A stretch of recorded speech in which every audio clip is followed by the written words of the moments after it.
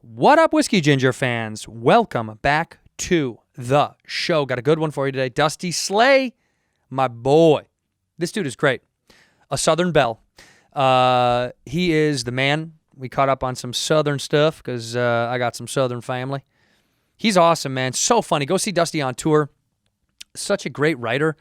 I think he's very funny. Come see me on tour, andrewsantino.com. andrewsantino.com to come see me. I only got 4 dates left. Next weekend, I think, is when I'm in Tahoe, Vancouver.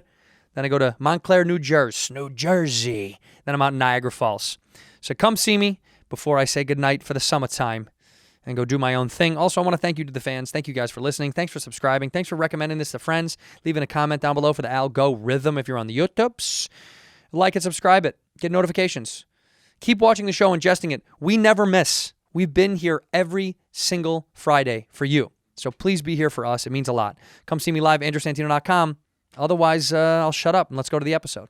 In here, we pour whisk, whisk, whisk, whisk, whisk. You were that creature in the ginger beard. Sturdy and ginger. Like vampires, the ginger gene is a curse. Gingers are beautiful. You owe me $5 for the whiskey and $75 for the horse. Gingers? Oh, hell no. This whiskey is excellent. Ginger. I like gingers. Ladies and gentlemen, welcome back to Whiskey Ginger. My guest today is one of my favorite people on earth. I say that for all my guests, but I mean it once again today. I stumbled a little bit, but I still got it out. It's Dusty Slay, and it rhymed. All right. It rhymed. Once again today, Dusty Slay. Dude, good to meet you. We've never met before. We have not. We have a lot of mutual friends, one of which is Aaron Weber, a great comic from Nashville. Well, no. Is he from Nashville? No. He is from Alabama. Yeah, but he lives in Nashville. Lives in Nashville and then kind of grew up in Nashville. Yeah. Yeah. Where did you grow up? I'm from Alabama too. Wow. What's that like? Well, it's great. I mean, it's like everybody seems to have an idea of what Alabama is, and in some ways it's accurate, but it's just... Roll Tide.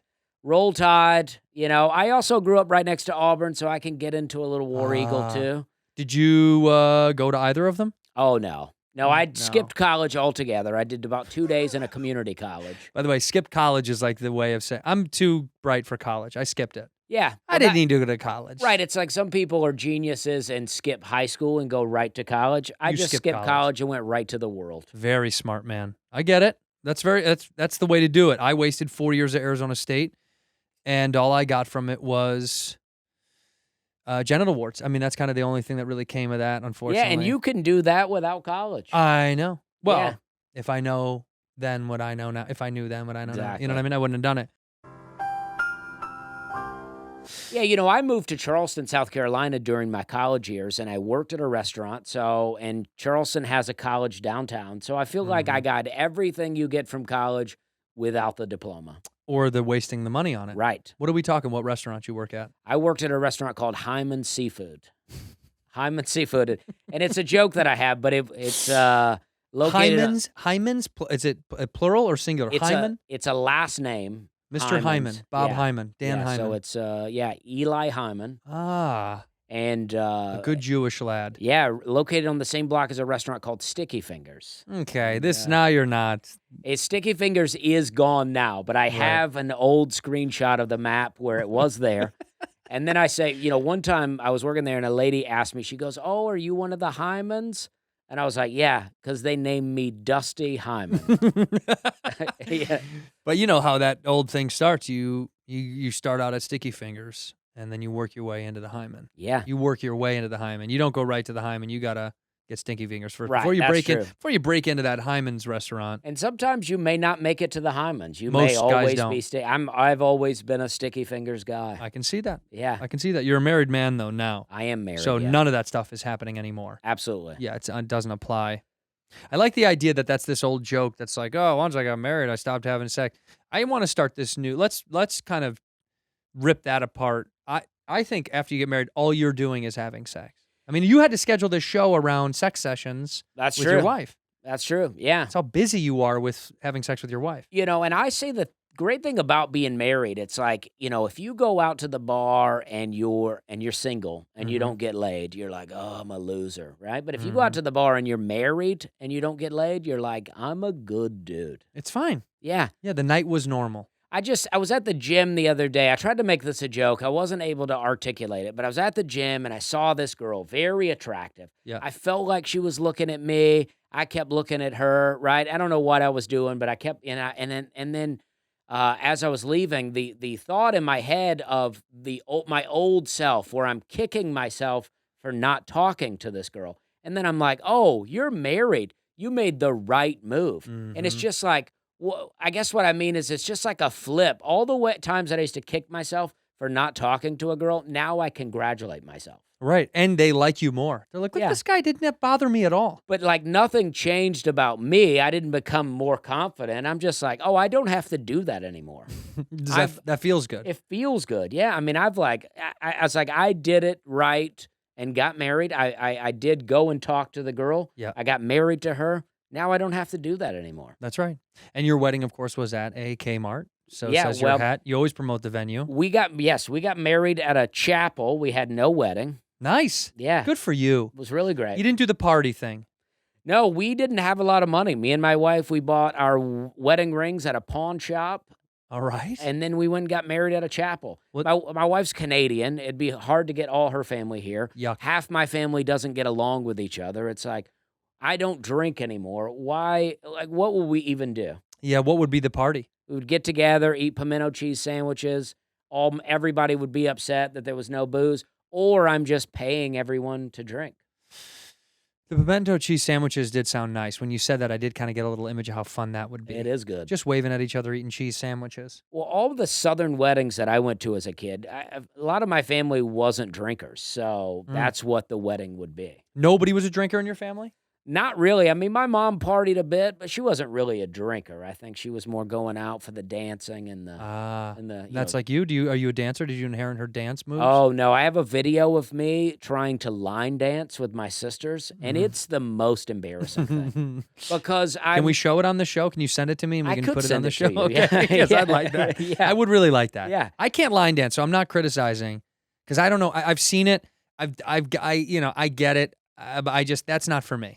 It's a nice video. We're in the living room of the trailer I grew up in, and we have the old wooden box TV. Yeah. But we've gutted the TV out, and there's a stereo inside of that hole and a TV on top of the box with the speakers. And now, our feature presentation.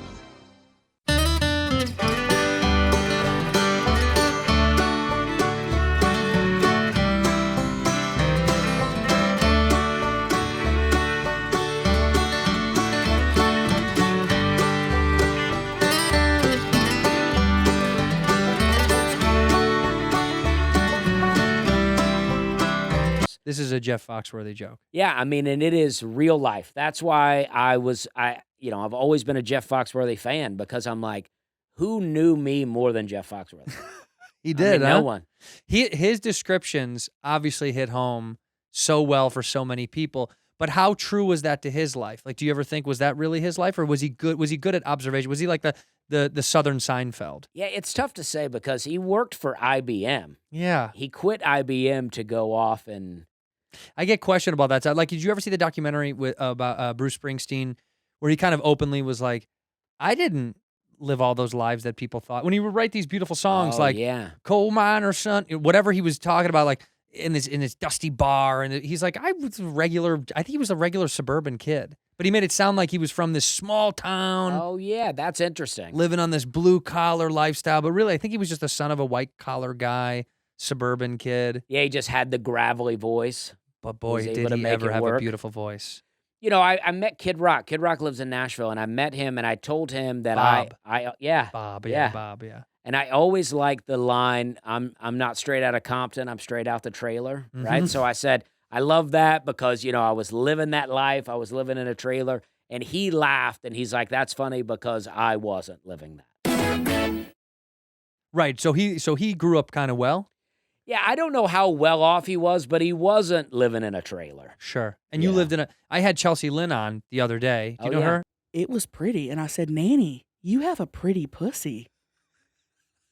Yeah. I don't, we communicate a little bit. She may come to my show on Friday. She's cool. I like her. Yeah, but I don't She know. grew up in a trailer as well. Yeah. And she told me that when a double wide came to town, big deal.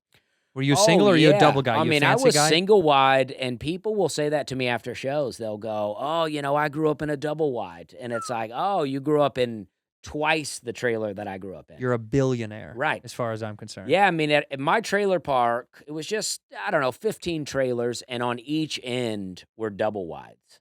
Oh, the big dogs got the Yeah. ends. Yeah, they bookended it. And my buddy lived in one of those double wides, and I remember his stepdad had a laser disc. And I went back and told my mom. My mom worked at a plant that made VHS tapes. And Seriously? yeah, and so I went and told her, I was like, talking about how excited I was about the Laserdisc. She really got upset with me. She didn't get upset with me much, but That was it. yeah, That's where she puts her foot it down. felt like it really hit her in the heart. Well, because you're attacking her income and the way that she puts food on the table. You're like, you know what they got over there is something way better than what you make, Mom. Right. And you deserve to be punished for that. I should have would've hit been you. punished. Yeah, I would have hit you for I that. was emotionally punched. You were by your Yeah. mother's. Yeah. Was it just you and your mother? Or did you have siblings I and have stuff? 2 older sisters. We Okay. have the same mom, different dad. We never. I don't feel like my sisters are half sisters, but I like. I mean, I like to paint the picture. Well, that's me too. I'm the same way. My sister's a half sister, but she's my sister as Right. far as I know.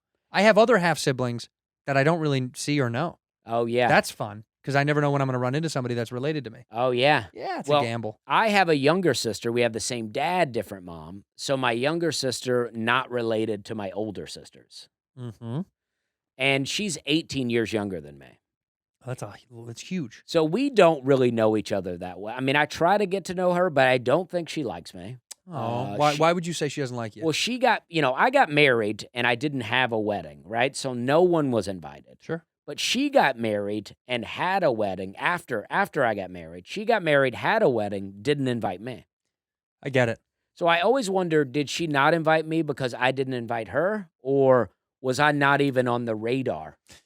I think she probably doesn't like you. I think your original thought was correct. I think so. She doesn't like you. And I'm like I mean, I don't think of myself as famous, but of my family, I'm You're more the famous famous than them. one. And I'm I've like, never heard of anybody in your family. Yeah. Yeah. Why are they not inviting me? I would think that I would be the guy to invite.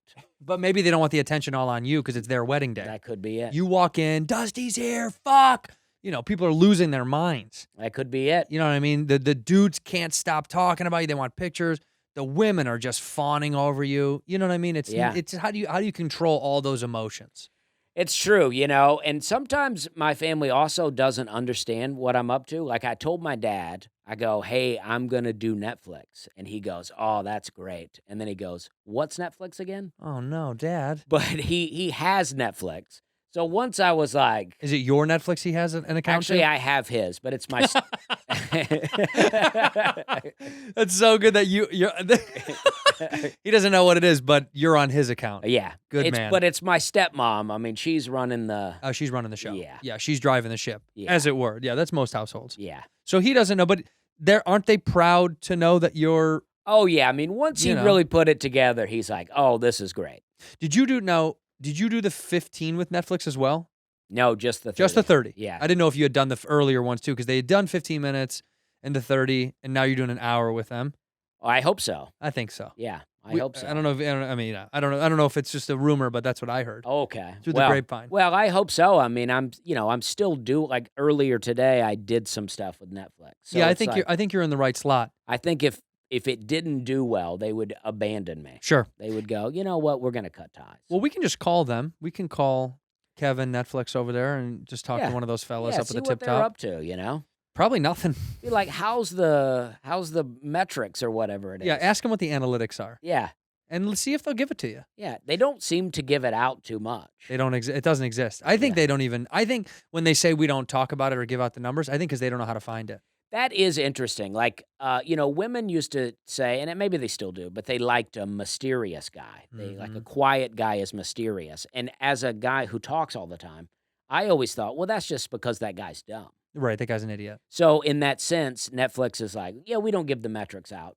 Maybe they don't know how to calculate. They don't know where it is. Yeah. Right. Or they found it and they lost it. Have you ever like misplaced a way to get to a site that you were like, I just don't know how to get back to that page to log in. But oh, yes. maybe I'll stumble across it on accident another time. That's what Netflix is to me. They really don't know how to do their own thing. So, but you know what? It's doing good for you. Yeah, I mean, maybe they never thought that it would get big. They just assumed it wasn't going to work out. Yeah, they're like, we're going to try this thing. And if it works, great. If it doesn't matter. Yeah. Yeah, I think that's what they're doing. And they're also we're doing Netflix shows, or by the time this comes out, the shows will have all been done. The Festival of 1,000 shows. So many shows. It's too many shows. I have voiced my opinion a little bit. It's too many shows. I mean, I think on the night I do mine, there's 7 other things as well. Wow. Too many things. But I guess people are coming. They are. I Yeah. don't know where people come from. I don't do things like, since I quit drinking, I don't go to things. You never go out. I don't, it's like I don't go to concerts. I don't really go to comedy shows. If somebody I know is coming to Zanies and I got the night off, I'll go see it. You pop by. But it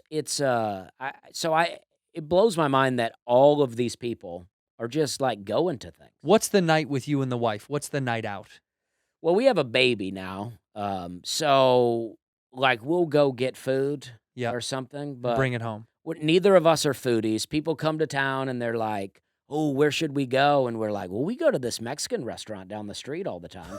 And it's like in a strip mall, But Nashville has so much good food, too. They do have so much. We'll go bowling. One time we went bowling. My wife was so bad at bowling that she got mad at me. Mm-hmm. And it just became a really not fun night. I've been there. When they, especially if you're bowling pretty well and they're bowling poorly, you're the reason that they're bowling bad. And I wasn't even bowling well, though, but I was just like, we're just here for fun. But she kept throwing gutter balls, and she's like, this is not fun for me. Yeah, you should have put up the rails. You got to put up the kiddie rails. I should have put up the rails. You got to know better, dude. At least that way the score's racking up. Uh-huh. It doesn't matter if there's skill involved. No. Well, bowling I don't think is, I think skill at a real level, but at a novice level like us, you're blindly hucking. You're just going for it. My mom was a bowler, and she was good. Like, what is good? I don't know. Over but 200? They were in a league, and their team would always get second place, I think. So not that good. I guess. I mean, not as good as you would be if you got first. Right, if they were the champions. Right. But they said they would drink. I know I said my mom was not a drinker, but now it's like she said that they would always drink and party, and they got voted most annoying team to bowl. It sounds like your mom loved to drink. Yeah. Maybe you're right. Maybe I don't know what was happening. I was naive. I had no idea. But bowling is one of these sports, right? Or activities, whatever you want to call it. Drinking is almost a prerequisite. Like darts, pool, any bar games in general, or things that are near a bar, that you kind of have to have a beer with it. Right. What kind of psycho are you that goes to the bar and throws darts sober? Weird. Really weirdo weird. guy. And also, really weird. I bet you better be real good at darts to go sober and to play amongst a bunch of drunk people. Maybe that's a good hustle. You and I should go sober. Oh, yeah. See if we could are you good at darts? No, I don't know. Do you have any of these knick-knack skills? Are you good at one small skill? Is stand-up the only thing you're very good at? I think so. Yeah. And that's why I don't even mind saying I'm good at stand-up. Well, you are good at stand-up. Because I am not good at a lot of things. So I'm like, I feel like it's okay to brag a little bit if you have one thing. Well, that's you're not stepping on other people's toes. That's your thing, and you're pretty fucking good at it. So why not? If I'm in a bar in Nashville and I see a musician and he's really just crushing it on the guitar or singing, whatever, and then tells a joke and it bombs, that's my favorite thing. Because I'm like, you can't have it all. Yeah, you're not allowed to bowl. And usually singers are good looking. Right. So what's annoying is when a singer's good looking and he's razzing up the crowd and he John Mayers, who is not only a great guitarist, but also sexy, handsome, does like a little quip in between. That kills me. Yes. Because he's hot and he's talented and he's got that like charming, I don't know, I just picked this thing up yesterday and everyone's like, ah! They lose their mind. Right. Yeah, he's walking the line. Even though I like him a lot, he walks that line of like, you son of a bitch, you hot, talented son of a bitch. I do like him too. Yeah, he's very good. It seems like you shouldn't like him. But he's on really paper. good. Yes. Yeah, on paper, you're supposed to not like him. I think it's the line, I want to run through the halls of my high school. I want to scream at the top of my lungs. That's the one line that's like, I'm not into it. No, Your Body's a Wonderland also is not my favorite line. Yeah. Your Body is a Wonderland it's a line that's like, it's not. First of all, your body's not a wonderland. Right. A wonderland is a wonderland where the trees are made out of candy and the river's chocolate. That's a wonderland. Right. No, your what does body that is even complex mean, and I'm really? nervous about touching you, and I'm scared that I'm not doing it all right. That's what it is. And once you're comfortable touching each other that much, it really is not much. Not of a wonderland. No, you've already figured it at the out. beginning stages, it's like an old war zone that might have some undetonated bombs laying around. Yeah. So you got to be careful. And now, when you're married, now your wife's body is a nice place to hang out. Yeah, we have a good time, but It's nice. I'm not wandering around. I know it now. You know where to go. And it's like, if ever, like in the past, I had, I got dated a girl for a long time, and I felt like that I was really doing things right. Mm-hmm. And then you break up and you go get with another girl, and you think, oh, now I've got it really worked out. Right. And you don't. You don't. She's different. Yeah, and you probably don't know what you're doing almost all of the time with women Yeah, I think because so. our instincts got to be wrong. Your instincts are like, I know exactly how to make her feel good. And then you hear them talk about you to her girlfriends, and then you're like, oh, I don't, I'm Right, lost. because if a woman likes you, she's nice. Yeah, she's going to be nice to you. So she's going to make you feel like you're really doing it right. You're doing it good, buddy. Yeah. Yeah. You're doing a great little job. In here, we pour whiskey. Hey, I've talked to you guys before about Squarespace. I love Squarespace. It's how I created my sites in the past. Over the past 4 or 5 times, we've changed them as every tour has gone on. And if you use Squarespace, you know what you're doing. They got award-winning customer support. They've also got these beautiful platforms that they lay out on how to create a site of your own, whether you're selling something, promoting yourself, whether you own a CrossFit gym, you're trying to get people in to do reps and flip tires, bro. Or you just want to sell beautiful art. And you're like, check out what I made. Or you just want to showcase it. You don't have to be selling anything. But Squarespace is the easiest way to create a site. Like, genuinely, a moron like me can do it. And I told you guys to please send in your sites, and we'll have the team randomly pick Squarespace sites. And here's one for you. The one that the team chose, it's totally at random, was Johnny O'Neill. He's got a place called OC Product Photos, and he takes these beautiful photos in Orange, California, specialized in product and vehicle photography. It's beautiful.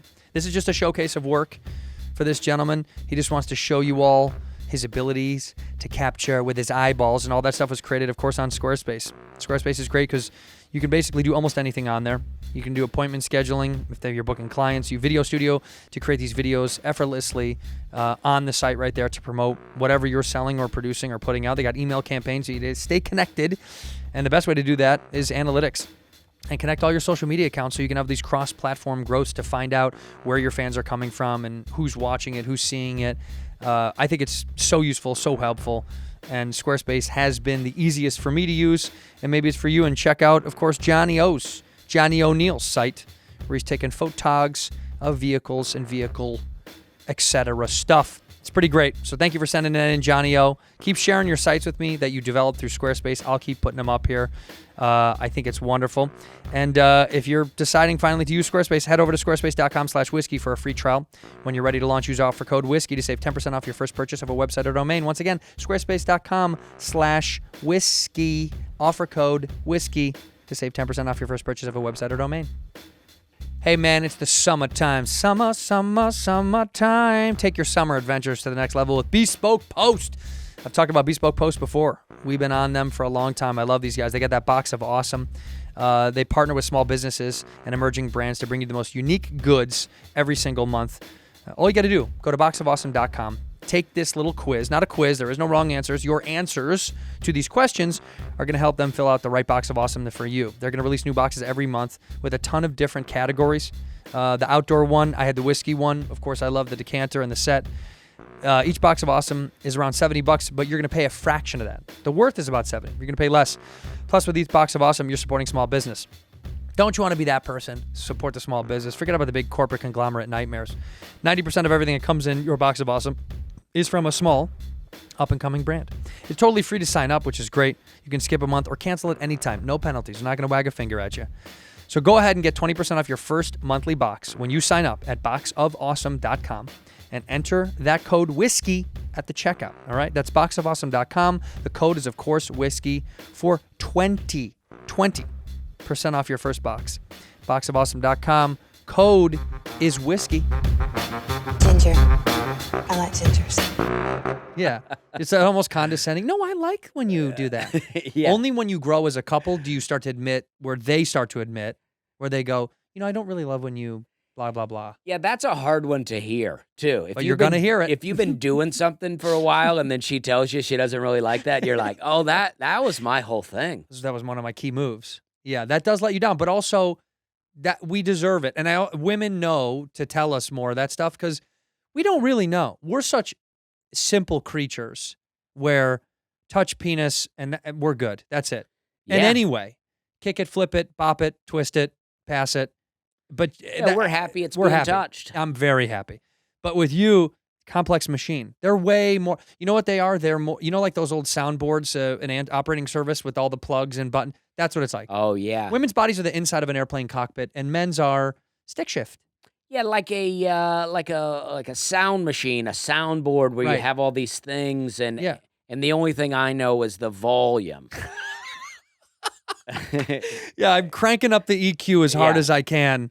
That's the only one I know, but I know that one gets loud, and it does work. But you don't. You have to learn that sometimes the treble needs to be turned up or down, right? Yeah, and then a guy comes along with all fingers, like he's working a piano, and he's able Yes. to do it. And I'm like, do those things even do anything? Maybe they do though. They may. We'll learn at some point. Hey, so you told me before the show because I said, you're still touring a bunch, and you said, I said, are you on tour? And you said, I'm never not touring. Do you tour? Are you one of these guys that does like 40 plus weeks a year? Yeah, I mean, when I signed with my management, my manager asked me, and I had never had this before. She goes, how much do you want to work? And I was like, I don't know, just fill the calendar. And suddenly my calendar was full. I had the first couple of years I was with her, I worked just about every weekend.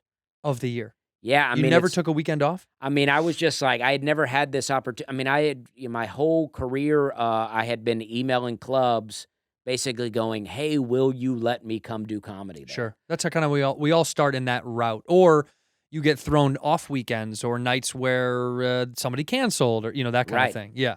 So I was so this year is the first year that I've been like, well, let's try to take one weekend off a month. That's good. And then in June, I got a few weeks off. So I'm trying to take just a break, middle of the year, second half of the year, slammed. You do need it because I think you burn out super fast. I mean, I've seen older guys that talk to me about, I'm not to mention names, but because whatever. But there was an older comic who he was like, "Oh, I'm going down to somewhere in Florida," and I was like, "Oh, that's great," And I was young, super young comic, and he goes, "Yeah, man, I'm picking up a check." And I said to myself, "Man, I hope I'm not just saying that at some point. I'm just going to pick up a check." Right. Like it was laborious. Like he didn't really want to go. And of course, you do have moments where you're like, I don't know if I want to go do this weekend or do this city. But I think to avoid that, you have to give yourself some chunks of time to just walk away from stand-up a little bit. Yeah, I mean, for me, it's like when I'm doing week after week, it's like my comedy's getting really sharp and my set is really tightening up, and it's like everything comes together, and it's like I'm getting callbacks, I'm working in all these things.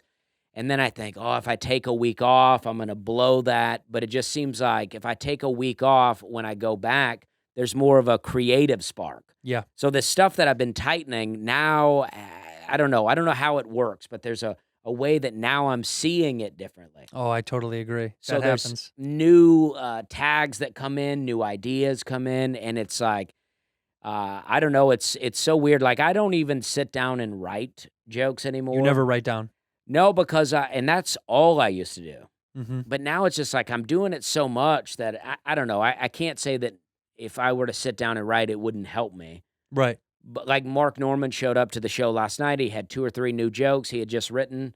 He's like, oh, this is about the Chappelle thing that just happened. And I'm like, well, that's amazing. I wrote a joke 4 weeks ago, and that's my new one. Well, but that's most people. Norman is a machine. Yes, he is. He just, he's hey, I'm gay, Right. He's got that, he has that plug in him to just keep pumping and pumping. But I do think that's a personality trait too. I think some people aren't built for that kind of, I'm not that kind of way either. I like to massage a concept or an idea for a little while. I can't write it at lunch and do it that night. I mean, I've done that before, but that's definitely not my go-to. That's tough.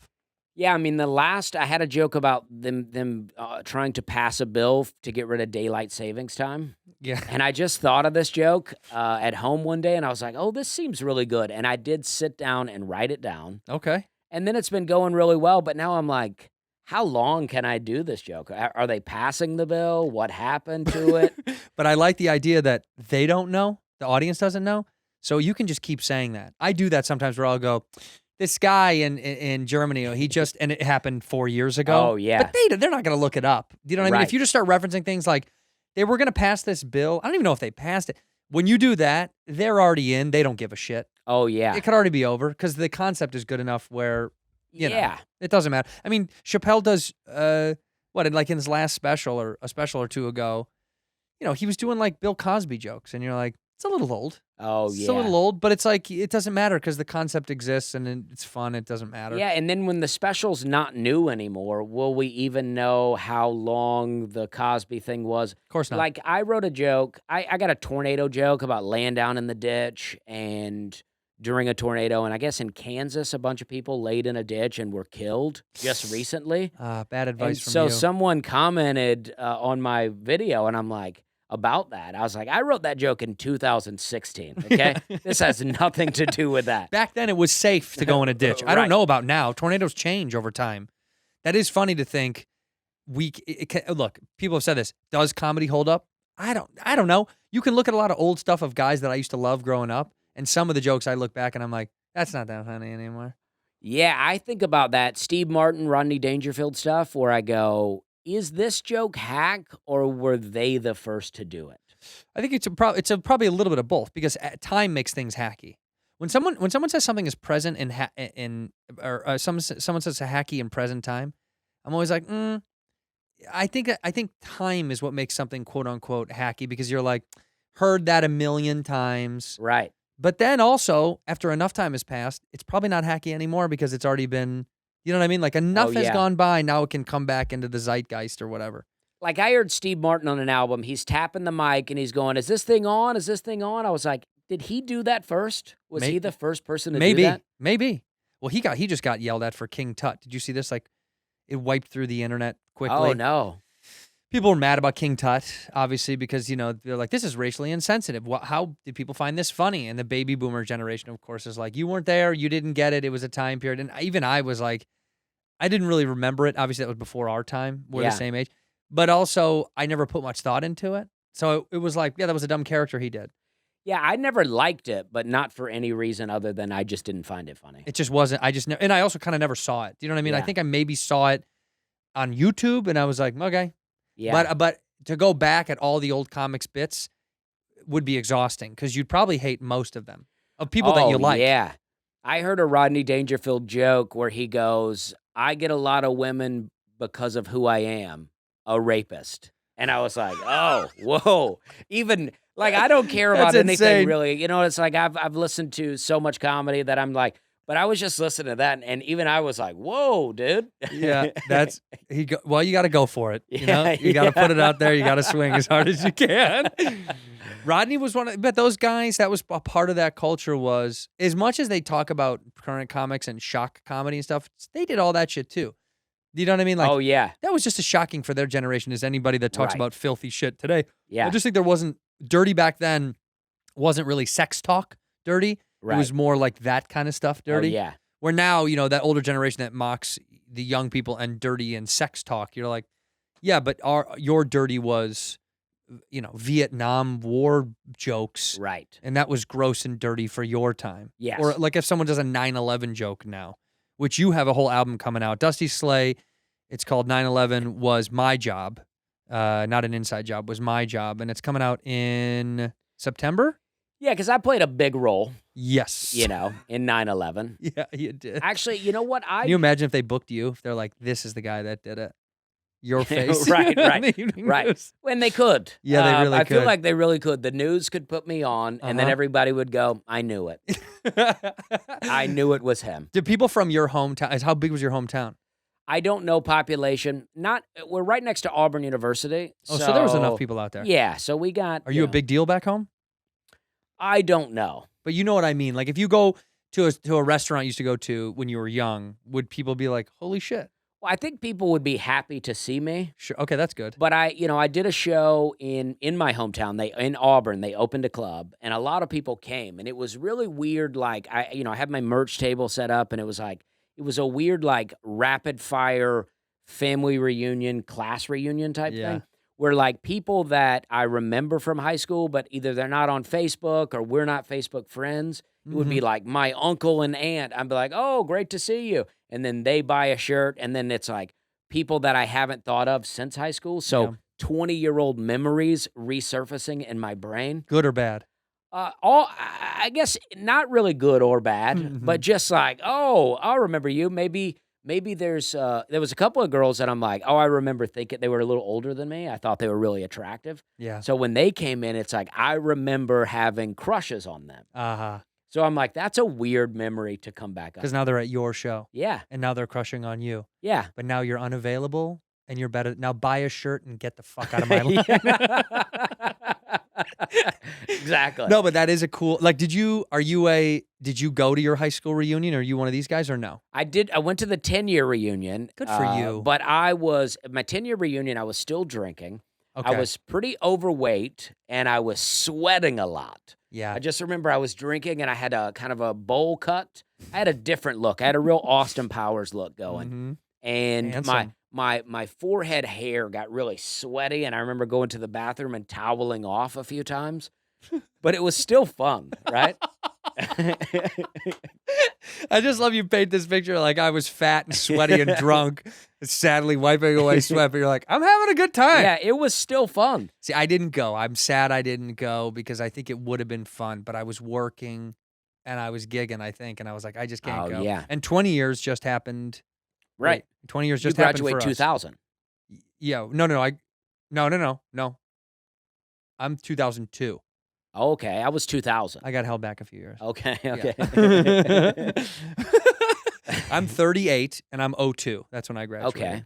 You might have been a little bit smarter than me. Well, I didn't get held back. I don't know that I shouldn't have, but I don't know if I didn't. got held back, but now I'm thinking about it, I probably did. Maybe it was just a birthday. Look me in the face and say I didn't get held back. You didn't get held back. I got held back. Yeah, it's it was always weird to see the kid that did get held back Yeah. because you're like, I knew that you were a grade above me, and now you're in my class. And they can't be mean to you because Right. you're like, hey man, you don't talk to me that way, guy who got held back. Yeah, you might be older and bigger, but we all know that you're not as intelligent for whatever reason. Yeah, we had our the 20-year. I think they sent out an email saying that they were going to do it. And I had a girl that I had gone to high school with had said, for the 10-year maybe, had said, would I be interested in performing? And I said, I'm going to have to politely decline. And she's like, oh, we were really kind of hoping you would surprise us and say yes. Those kind of things are hard for me. I can't, I get really shy around the family idea of like performing. When I go back to Chicago and I perform, like I just did the Chicago Theater, and the hardest thing, it's not nerves. I'm anxious about family and family friends being there. Oh yeah. Just because you're like, I don't know, they know you as the little boy they saw. Oh you know? yeah, and if you have family jokes that are slightly exaggerated, like they're like, oh, we know that's not true. I know. Don't you? Do you ever feel weird when you say something? Well, like for me, it's strange. Like I have a dad and a stepfather, and so I use them. I intertwine those. When I say dad, sometimes I'm talking about my stepdad. Sometimes I'm talking about my biological father. But only they will know. So when I did a joke in Chicago just like that, I thought that is funny that only only a small portion of the room goes, well, that's not him. That's got to be the other one. Yeah, and it's just easier to combine. I do that. I combine people in my life where it's like I can't be like telling you like my brother-in-law's cousin sister. It's like, no, that's just my sister now. Of course, yeah. joke. You have to, and sometimes you have to merge a story from this person and this person because it's close enough where you're like, it's too good to not use this detail for this story. Right. It belongs over here. Yeah. Yeah, it's so funny. They belong together. Right. I think comedy audiences are so smart these days. They know all that stuff anyway, and they don't give a shit. Oh, yeah. Because they're so keen. It used to, there was that ongoing joke of like, oh, the audiences are dumb. It's like, no. I think now, because of the internet and because of this kind of stuff, they're as keen as they've ever been. So they get it, but they still are like, we don't give a fuck. We want a good joke. Oh, yeah. Well, I have jokes about my mom smoking, right? But my mom actually never smoked. But I did have Marlboro gear because my uncle smoked, my grandfather smoked, my sister smoked. And so all of their stories, I'm just like, you know what? That's my mom now. Why not? Yeah. Yeah. In here, we pour whiskey, whiskey. Hey, a lot of us think we know everything that's going on inside of our body, but you probably know almost nothing, right? The way that blood flows in that body is all you might know. From to hot, out and back around. But what's in your blood? What does it say about you? All right, people age at different speeds. Of course, I've been 40 since I was 5, and now I'm finally almost 40, and I kind of look my age.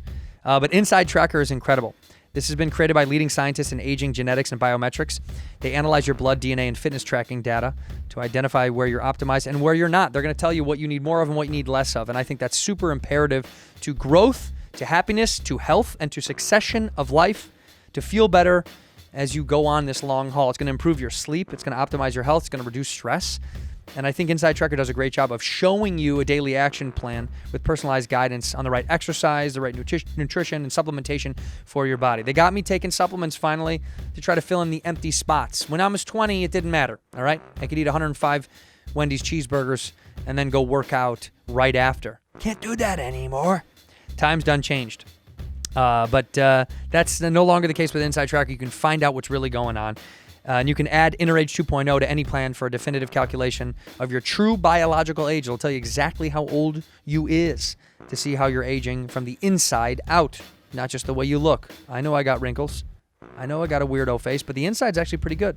My Inside Tracker data was pretty good. For a limited time, get 20% off the entire Inside Tracker store. 20% off the whole store. Just go to InsideTracker.com/whiskey. InsideTracker.com/whiskey. Hey, admit it, most of us don't make the best food choices. You know that. I've talked pretty openly on this show about sometimes I want to eat a little slice of pizza, then go home and have popcorn and cereal and a couple of pieces of dark chocolate. And then I might just start raiding the fridge for all sorts of stuff like loose cheese. You know your boy likes loose cheese. But I got to tell you, the CDC says you should eat up to 6 cups of fruits and veggies a day. Zero chance I'm eating that much. That's absurd. But the best way to get that kind of nutrition, to get that kind of amount of nutrition, is a simple thing like Field of Greens. Hey, daily. You can do this every single day. That's why I take Field of Greens every single day. I need my greens inside of my body. Field of Greens is powered with a full spectrum of essential vegetables and fruits, plus science-backed herbs and prebiotics. Keep that inside nice and healthy, all right? That's what you need. Field of Greens works fast, and if you're like me, you'll have way more energy. Do I need more energy? You can see how fast I'm talking right now into this microphone. That's because of Field of Greens. It's not because of anything else.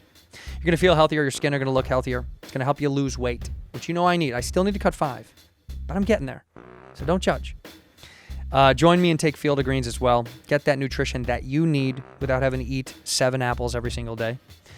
To help yourself get started, take that Field of Greens. Get 15% off your first order, and then another 10% off when you subscribe for reoccurring orders. So you're going to get 15 from me, and then if you sign up, you're going to get another 10% off, which I think is pretty impressive. Visit fieldofgreens.com to learn about what's going on over there and use that promo code whiskey. Fieldofgreens.com. Use the promo code whiskey. Fieldofgreens.com. Promo code is whiskey. Fieldofgreens.com. The promo code, once again, you know it. It's whiskey. Ginger. I like gingers. My dad smoked, and all the women he ever dated smoked, and I did get saved Marlboro Miles. Oh, yeah. I got myself a windbreaker, a Marlboro windbreaker, and then a Zippo was huge for me. Oh, yeah. But he made me promise I wouldn't smoke. Like, the Zippo, he was like, what do you want it for? And I was like, I just like fire. Such a cool thing. It's a cool thing. Yeah. But he was like, you just have to promise that you're not going to smoke with it. Like, Yeah. that's not the reason you're getting it.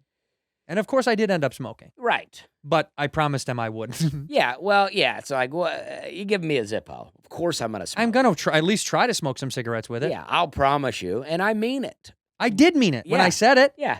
I smoked. Actually, the first thing I smoked was a cigar Oh, yeah. instead of a cigarette because a buddy's dad had a humidor, and he stole a cigar, and we smoked it under a bridge. Very Red Hot Chili Peppers of yeah. us.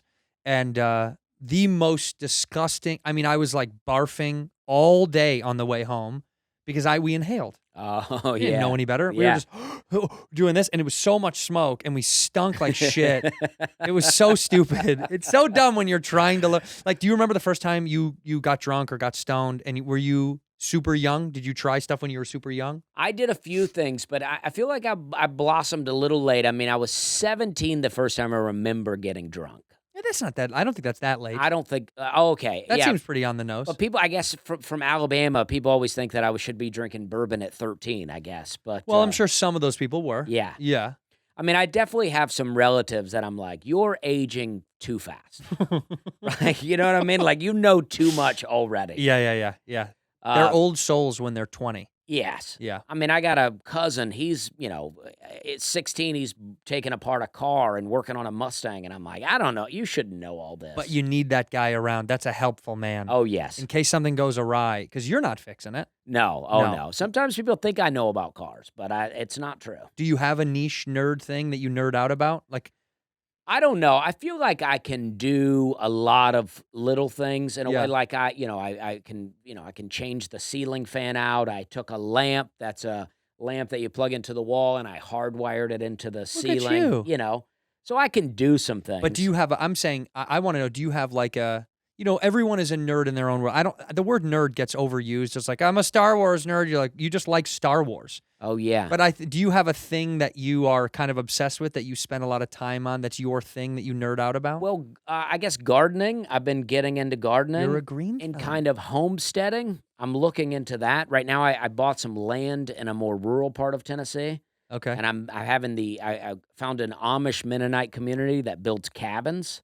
Really? So I have them building me a cabin that's coming in August. This is incredible. Yeah, and I've planted a bunch of fruit trees out on the land. Wow. So I'm planning this whole orchard type getaway type thing. Is it like, do you want to utilize it for other people to use at some point, or is this all just for you? I think I think for other people to utilize. Maybe like a wedding venue or something like that? Well, I was thinking more of just there is a venue in this town that they do some shows. So Okay. my thought is I could bring comics, especially if they do, Nashville. I could Zanies say, and- hey, maybe come on a Sunday night, do a show out in McMinnville, stay out at the place.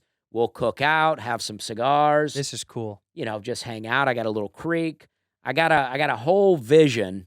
I don't know how I'm going to pull it off because I do comedy every weekend. Yeah, it's going to be tough. You might have to take a couple of weeks off. Yeah, and I have a baby. But I'm hoping that as my baby begins to walk, she'll help. And help out. Yeah. As in start cooking and cleaning. Yeah, and digging doing stuff holes around for the house. trees. Yeah.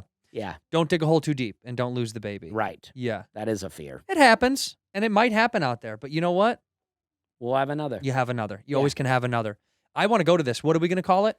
I don't know yet. Well, let's make it up right now. Yeah. And this has got to be it. Well, I You feel can't like change it. with my last name, anything, like if you name it Slay Ranch, then Ranch. it feels dark. Yeah, it feels like what's going on ominous, out here. murderous, right? Yeah, but maybe that'll keep But the your first trespassers name is out. Sweet, Dusty Sweet, Yeah. right? Because like I Forever, Three Amigos, one of my favorite movies Oh, of all time. yeah. Dusty Bottoms was Yeah. probably one of the greatest names of all time. So What Dusty a great is movie. I endearing. didn't watch that for a long time, and I Ugh. watched it as an adult for the first time, and I'm like, this is a great movie. So good. Yeah. One of my favorite jokes is when there's a plane that's flying overhead, and he goes, "Oh, look, it's a mail plane." And he goes, "How can you tell?" And he goes, "You don't see the little testicles dangling off the back of the plane?" It's just such a good joke. It's that movie is just rich with those tiny little miniature jokes that, by the way, when I was a kid, I caught some of them, but then as an adult rewatching it, it's because it's my wife's favorite movie. We'll yeah. watch. Oh my God. Between that and Big, which is my favorite movie. Okay. Tom I've not Hanks. watched it in a long time. Oh, Big is so good. It's just got a ton of little bullshit jokes. Yeah. Because anytime you can take the ideology of a child and put it in the body of an adult, it's funny. I mean, that was our whole. yeah. Every movie of our childhood was big person with little child brain, right? Like Tommy Boy. Do you know what I mean? Dumb and Dumber. Tommy Boy is exactly where my mind went when you said that. I mean, that's what I mean, though. That Yeah. was it was kind of like that was the ideology of comedy in our youth was. Can you put a little child's mindset or thought process into an adult brain and body? And inherently, it's funny. I mean, that was like every comedy movie I loved was adults acting, talking, thinking like kids. And even up to like Elf. Everything Oh, that yeah. Will Ferrell had done was also big person body, little child thought process. It's so true. And Steve Martin, the jerk. The Jerk was Yeah. exactly that. Yeah. Wow. All that stuff was how can we do Billy Madison. Yeah, childlike humor in an adult body. Wow. But it doesn't do it anymore. Now the comedies have to have 9 movie stars and one of them has to be an ex-wrestler. Yeah, you know, I heard someone say that the best comedies are the actors don't realize they're in a comedy. That's really good. And I Yeah. feel like that now everybody is like very self-aware that they're in a comedy. They're really kind of breaking down that fourth wall, which I don't love when they do this now in comedies often where they talk to the camera or they throw something to the audience, Right. which happened so rarely in the old days that it was like awesome when it did. Yeah. But now it's a part of the joke. Yeah, you know, like Wedding Crashers, when it came out, it blew my mind. I loved it. But So now it funny. doesn't, to me, I'm like, I bet it would still be funny, but it doesn't hold up like 10 years ago movies. Like Uncle Buck forever will be, So good. you know, a great movie to me. But I don't Planes, know. Trains, and Automobiles. So great. Yeah.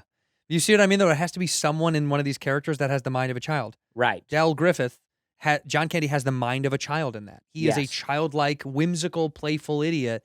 And I just think that's a little missing. We don't have enough of those movies now where you're like, make this adult kind of a fucking goofball, but in a sweet way.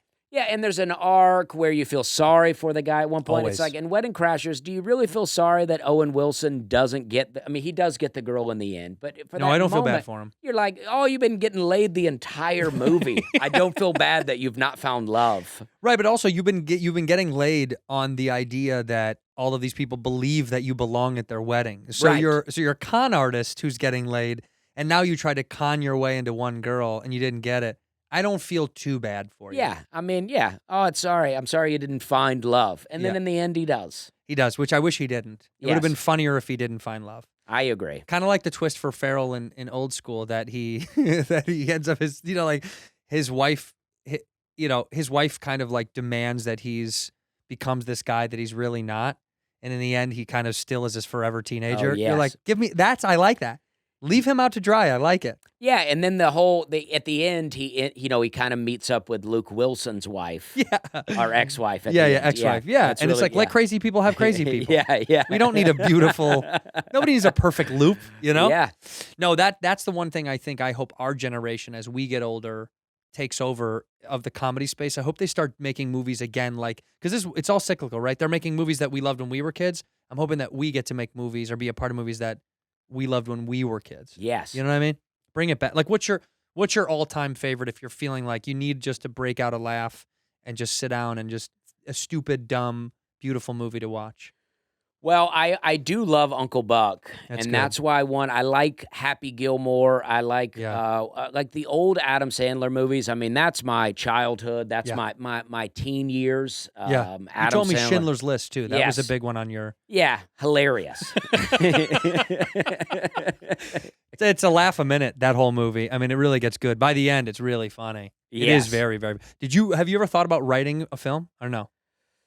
I have thought about it. I mean, I had a TV show Yeah. that I sold to ABC that didn't get made. About What was it called? It was I don't know that we had maybe The Dusty Road or something. It was about like it.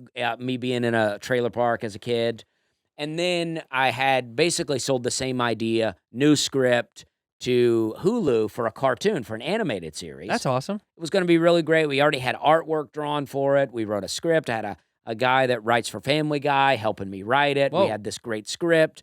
We had artwork, and I don't know what happened. we all thought this is going to be That's the thing. story of this business. Yes. We literally casted the movie. We started shooting. It's gone. It didn't exist. I mean, like when I was doing the ABC show, it would be like we would always get notes, and then it would be like, all right, and then we would adjust the notes. With Hulu, they're like, we love it. There was barely No ever any notes. notes. Yeah. They were like, we love this. And then, but it is what it is. So it's like, and I had another idea for a restaurant TV show. And then immediately the people I was working with kept changing everything. And I was like, oh, I don't want to do it. Yeah. I pitched an idea to you. You go, we love it. And then now it's not my idea. They just anymore. knock it out of the sky. Yeah. Yeah, I did a deal with NBC one time, and I wrote this show about growing up at the dog track. My grandfather was a gambler who worked at the dog and horse track, and it was about that. And they were like, "What if we set it somewhere else?" And I was like, "That's the whole show." Oh, yeah. The whole fucking show is about growing up at a dog track. A dog track is a wild place. Isn't it beautiful though? The idea, because everybody knows, people think horse track. and they think of, famous derbies that they are aware of, or, like the why can't I think of the name? The most famous Oh, one. the Kentucky Derby. Yeah. Yeah. And like, that's their mindset. But ours was in this kind of dumpy, shitty, Yes. sad, blue collar, picking up tickets off the floor at the end of the night. And I loved that world. And the dog track was even more underneath that, because greyhounds racing is sad. Well, that's in Alabama. There's no gambling. You're not allowed to gamble. There's no Really? lottery. But for some reason, in shorter Alabama, there is a dog track where you can go and gamble. I don't know how it exists. It's all cash. At some point, they even put in slot machines, and they were advertising it on billboards. And it's like, that's illegal. Somebody knows a dirty secret about the sheriff, and Yeah. he's like, look, just do it. And don't they tell shut anybody. down the slot machines, but kept the dog track. But I went, and I had exactly what you said in mind. Fancy Kentucky Derby. I thought I'm 21 now. I thought we're going to go. We're going to have some drinks. There'll be some women around. This is going to be a lot of fun. We're going to Rude make some awakening. bets. And it was just the oldest, poorest looking men I've ever seen. I was actually worried that we were going to get robbed. Oh, yeah. And then there was a guy that came up. I remember writing the notes. I wasn't a comedian, but I thought I have to write this down. And it was just a guy. His name was Butch. He was older. He had a suspenders, a big gut, missing some teeth. And he came over and he wanted to help us. And he helped my friend. And my friend ended up winning quite a bit of money. Because he told you what to pick? Yeah. Yeah. And then, Butch wanted his cut. Of course. But it was like my friend still ended up making quite a bit of money. God bless Butch. Yeah. I know he's not around anymore, but God bless him. Probably not. Who There's knows? no chance. But he just lived. That's what he does. He just lives at the track. That was my grandfather. He worked the window of the dog track and at the horse track. But that was only because he wanted to keep betting. But what's crazy about the track back then was people, not only are people betting on the dogs or the horses wherever you are, they're also betting on other shit there. Like they're playing OTB at other fucking races, and there's card games going on. Like these people are such degenerate gamblers. They can't gamble without gambling on something else. Wow. Beautiful. It's a beautiful culture. I can't get into gambling at all. I guess I've grown up with no money. Yeah. And I just can't see just finally getting some and then throwing it away. Pissing I mean, it I'll away. waste it on other things. What's your most wasteful thing? What do you like? Oh, I shouldn't buy this or do this, but I do it all the time. Well, I think gardening has become that. But that's beautiful. You're It is. contributing to the environment. But I think probably it's DVDs and books. I don't even read. I don't. But You just like the look of them? But I'm like, I always think they're going to ban a book or ban a DVD. And I'm like, I better buy it before they. Like in 2020, they started banning all the cop shows and stuff. And I was like, well, I better buy the entire series of Andy Griffith. Just in case? In case they ban it. Because it's like a real show of my childhood. Yes. I don't even know if I've opened the DVDs. You know how many episodes I've seen of that show? My father's from North Carolina. Oh, yeah. And wow. Andy Griffith was on in the background of my home. And I mean constantly. Oh, yeah. If I call my dad right now, I bet you he's watching either Andy Griffith or sports. Something, if there's a game on, he's watching that. If not, it's Andy Griffith or the History Channel. Big, loves, he can't get enough. And also he's transitioned now in his more older age to Ancient Aliens. Loves Ancient Aliens. Well, see, that's up until History and Aliens, it's my dad. My Yeah. dad will not watch any movie with anything pertaining to space. He's like, I don't care about space. I don't want to know about it. Yeah. But he's watching Andy Griffith, baseball, or he has the baseball package. He'll watch he'll listen to baseball on the radio. Yeah. Does he keep score? Does he do that? He doesn't do that. Because that guy that goes to a baseball game and keeps manual score, to me, is beautiful, but also very sad. Yeah. It's very sad. You're like, thank God there's someone that still does it. Also, what's going on? Yeah. There's a guy at a baseball game, at the Dodger game we saw, he still had the headphones on, so he's listening to the broadcast, because some people love listening to the broadcast. Oh, yeah. And also keeping score. My go-to is like, I don't make fun of this person, because that might be their thing that makes them mentally feel good, but also, that's a lot. That's a lot to do instead of just enjoy the fucking baseball game. Yeah, I mean, I don't get it. I mean, I think growing up where I grew up, there's not a lot of sports to go see. Like if you grew up in a big Right. city, you can go see it, but it's like I used to go to a lot of Auburn University football games, Me and my mom would go watch women's college basketball because the tickets were super cheap, and it would be something for us to do. Right. And my dad actually likes women's basketball the most because There's more heart. because he used to play basketball, right? But he played basketball, in the country with, all white dudes where there's no one can slam it. Right. So they ran plays. And that's what he's like. He's like, I love watching the women. They're still running the plays. I love that your dad's like, see, I like this. Nobody can put it in the hoop. Right. I like that no one can just put it right in. I like that you got to run a couple of plays, maybe miss a jumper and go to the other side. Yeah, he's like, when we were playing, no one could slam dunk. He's like, he likes chess when no one wins. It's Right. just stalemate. Exactly. He's like, Exactly. Well, dude, now you're close to probably the greatest women's franchise in basketball history at University of Tennessee. That women's team is like the greatest. Aren't they? okay. They're one of the most winningest. Take your dad to University of Tennessee women's basketball because they had like, at one point, I think they won the most championships or something. A girl that went to my sister high school, Candace Parker, who's very famous now. Oh, yeah. I feel She like went I there. know She's that like name, yeah. one of the ones of the Oh, greatest yeah. WNBA players of all time.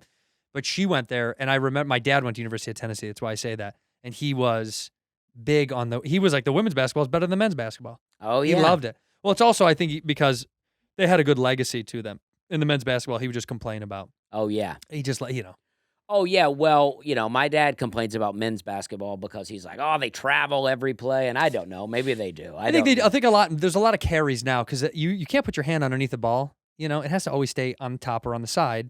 But everyone puts it. Everyone does this when it's almost like on the side bottom. Right. So you could call it, but And he also did some high school refereeing. Oh, this guy's serious. Yeah, so Okay. when you learn the play. And I remember my dad trying to teach me how to shoot basketball. I mean, I can't. I mean, I'm okay at sports. You got a little pickup game, but it's embarrassing the way I shoot a basketball, I think. Your form is poor. I used to could just throw it up like this, and I would hit it. You would? It's almost like the basket throw, Yeah, the old I just basket would throw? Fling it up like that, There you hit go. it off the backboard. I mean, I was nailing them.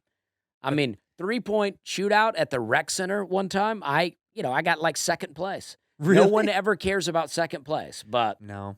We know that after Yes. your mom's bowling trophies. Yeah. right. But this is kind of runs in your family, I Yeah. guess. We're like, we don't need to be the best. We'll be near it, though. Yeah. It's nice to be right near it. Right. Which is funny because in a lot of sports, too, when you, like F1, I've gotten into F1 because of that documentary, that Drive to Survive. And I never knew anything yeah. about it. I still don't know anything about it, but I love watching it. Yeah. But when you podium at all, when you're second and or third, it's insane. It's so impressive that the rudest thing about podium is first is way higher and second's a little yeah. bit lower and third is basically on the ground.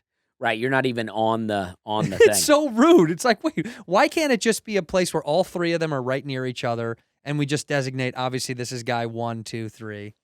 Yeah, my family was my mom's side, big NASCAR family growing up. Yeah. I mean, they're still into it a bit, but when I was growing up, I mean, the Dale Earnhardt, Kyle Petty, Alan Kowicki, Davey Allison days, it's like That's a big deal to you. Like it was, and all of these guys just suddenly died. Like, Right, tragically too, like huh? plane crashes, car wrecks, helicopter crashes. I mean, they were just dropping out here. And I liked Kyle Petty because he drove the Mellow Yellow car, and I liked Yes. Mellow Yellow as a kid.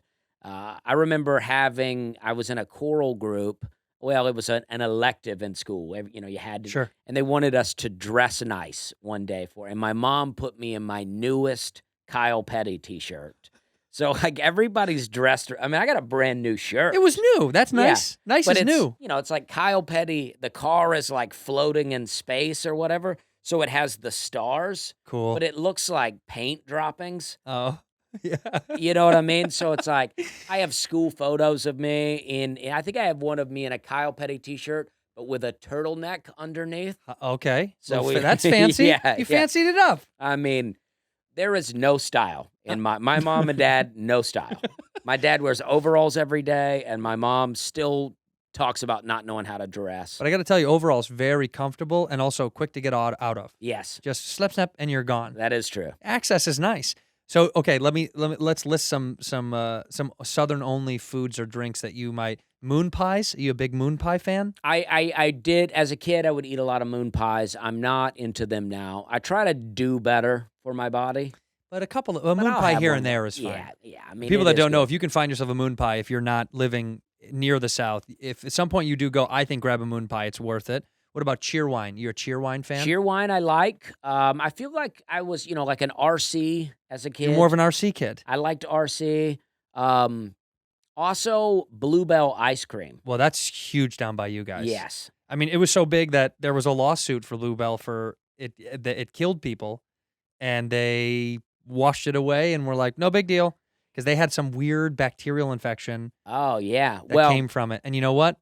Doesn't matter. It's still delicious. As I've gotten older, I've tried to be more health conscious. I'm trying to pay attention to foods, and Sure. I'll tell my parents. And if it's something they like, you could tell them there is poison in this right now that's going to kill you, and they're like, they would be offended by it.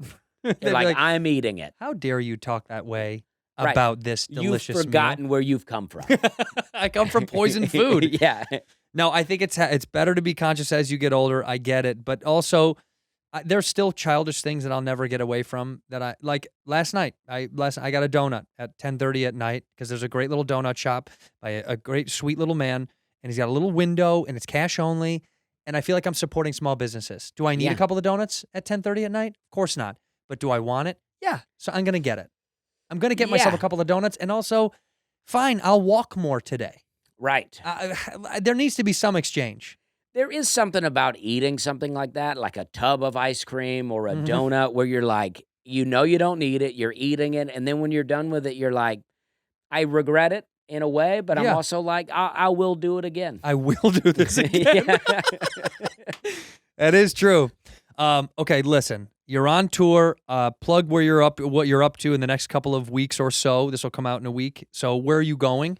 Well, next weekend I'm going to the Comedy Catch in Chattanooga. Chattanooga. Yeah, I go there. I usually go there once a year. I love it. It's a lot of fun. Okay. And then I'm going to Magooby's Comedy Club. I've never been, but I love the name. I've never been either. Magoobs. It says Baltimore, but if you look up the address, it's a Baltimore. little different of a city. Yeah. I feel like that's all the clubs. Yeah. I do the Chicago Improv, which is in Schaumburg. That's the Schaumburg Improv, as we Yes, call it. Yes. Yeah.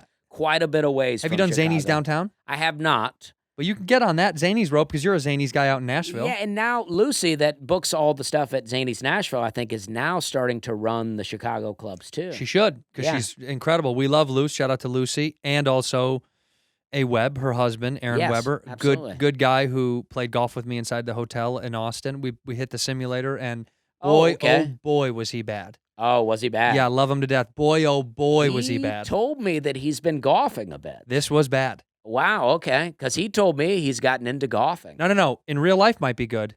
This was bad. Well, my dad lives on a farm, and he always told me, he said he always felt like golfing was a waste of a good cow pasture. That's right. So we never golfed. Yeah. But then lately, my dad goes, you ever go golfing? And I was like, no. He goes, I got into it a little bit. I'm like, is my whole childhood a lie now? Yes. It's like you tell me these things, and it's like you were like, oh, I golfed a little bit. It is actually. Your whole childhood is typically a lie.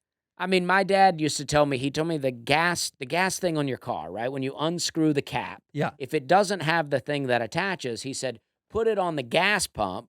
That way, if you drive off and forget it, you at least remember where you left it and you go back and get it. Mm-hmm. So as an adult, I'm doing that. And then he puts it on top of the car. And I go, whoa, you always told me to put it on the gas pump. He goes, you'll be so far down the road, you won't want to come back and get it. I'm like, I've lived my whole life this way. I like that we adopt these things from our parents. They're like, I just said that once. Yeah. You're like, yeah, but it meant a lot to me. I was a child. Yeah, but I didn't mean it. Just get in the car and shut up. Yeah. Our whole childhood is a lie. That's going to be the name of this episode, because our whole childhood, typically as you get older, you're like, I didn't. I thought that mom was mama. And they're like, no, we just said that to you, you idiot. Yeah. That's our whole childhood. But one more date. Then give it. In June, I'll be in Huntsville, Alabama. Ooh, Huntsville. I've taken off most of June, but I have one weekend in Huntsville. I like it down. I've done that. Yeah. I've done the Huntsville because I've done Zany's, and then they drive you down to Huntsville. Oh, yeah. And I was happy to learn. The guy was like, he's like, have you ever been to Huntsville, Alabama? I was like, no. And the driver was like, you're going to like it. It's great. The crowds are going to be great. And I was like, yeah, I hope. I mean, I was positive about it. And he goes, NASA's like right down the street. I was like, is it really? He goes, yeah, one of the campuses here has a lot of aerospace engineers and rocket scientists. I was like, no shit. And he was like, yeah, it's more diverse than you think. And I was like, wow. And I was soaking that in. And then about 5 minutes later, he goes, the KKK started right down that road too. And I was like, okay, just leave me with the NASA information. I didn't need the other half of it. But he was like, that one's right down that road. I go, well, let's just stay on these roads then, and then we'll just get to the venue. But it's diverse. Well, you know, the fun thing about Huntsville is, like, I'm from Alabama. I love Alabama. I love to go there, but it's not always the best comedy audiences. Yeah, right? It was okay. It was okay. And Huntsville, it is that weird mix where you'll have the PhDs from NASA, but then also the regular Huntsville folks. Mm-hmm. And it's like, I don't know. I've had some really great shows in Huntsville and some others where people are just kind of looking at me like, because I think that I have this look sometimes where it's like a really more of a redneck crowd will be attracted to me based on the look, but then not really that into my comedy. And then sometimes I get people that don't come based on my look, but they do show up, they're like, oh, we like this guy. You're an anomaly. Yes. You're a perfect opposite of you. Nobody knows what they're going to get when they see you. I think that's right. And that's beautiful. That's why when I did JFL in 2018, I think it blew people's minds because I walked out looking how I look and then did jokes, and they were like, oh. This isn't what I thought he would do. Yeah, this guy's got jokes here. Is he not going to sing a song? Go see this man live. You are a very funny comedian. I think you're super talented. Go see Dusty on the road. Your website is what? Dusty Slay? DustySlay.com. DustySlay.com. Go see him. We end the episode the same way. I appreciate you. Thank you for coming. Thank you. Look into that camera right there. That's your camera. And you got to end the episode with one word or one phrase. It's gonna be embedded forever in history. So one word or one phrase whenever you'd like. Well, we're having a good time. In here, we pour whisk, whisk, whisk, whisk, whisk. You were that creature in the ginger beard. Sturdy and ginger. Like vampires, the ginger gene is a curse. Gingers are beautiful. You owe me $5 for the whiskey and $75 for the horse. Gingers? Oh, hell no. This whiskey is excellent. Ginger. I like gingers.